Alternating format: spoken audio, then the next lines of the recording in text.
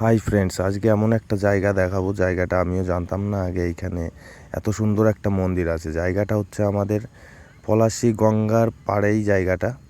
তো এই জায়গাটা মহাভারতের যে যুদ্ধ হয়েছিল, মহাভারতের পুরো সিনটাই এখানে তুলে ধরেছে। ছোট ছোট পুতুল বানিয়ে একদম সুন্দর ডেকোরেশন করেছে।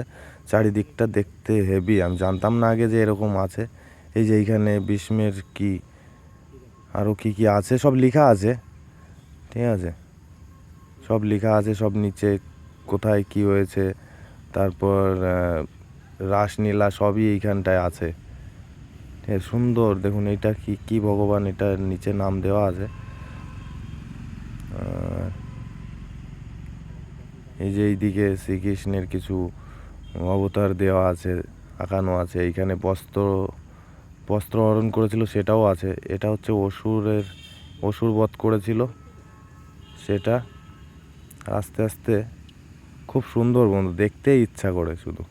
ঠিক আছে, দেখুন কত সুন্দর। শ্রীকৃষ্ণ গরু চড়াচ্ছে সেটাও দেখাচ্ছে। আর এইদিকে বহুত কিছু আছে, বহুত কিছু। অনেক পুতুল বানিয়ে এই যে কদম গাছের নিচে কৃষ্ণ নাচ করছে সেটাও আছে।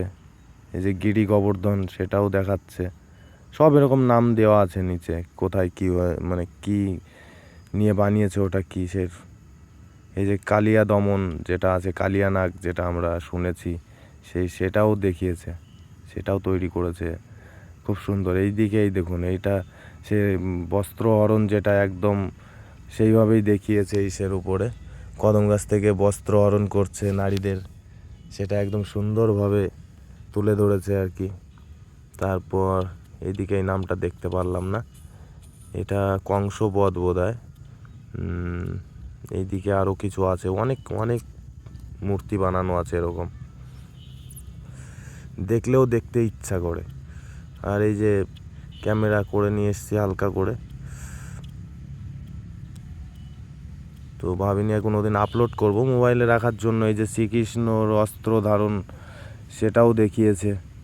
তারপর আরও আছে আগে কিছু, অনেক কিছুই আছে। এইদিকে এই যে একটা কাকিমা ছিল ঝাড় দিয়ে এটা সবসময় পরিষ্কার করে রাখে, একটা কাকা আছে এখানটায় বসে থাকে।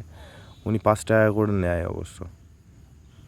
5 টাকা নিয়েছিল আমার কাছ থেকে, তো আমি 5 টাকা 10 টাকা দিয়ে এসেছিলাম ওনাকে। এটা মহাপ্রভুর জন্মস্থান সেটাও দেখিয়েছে, দেখুন কত সুন্দর।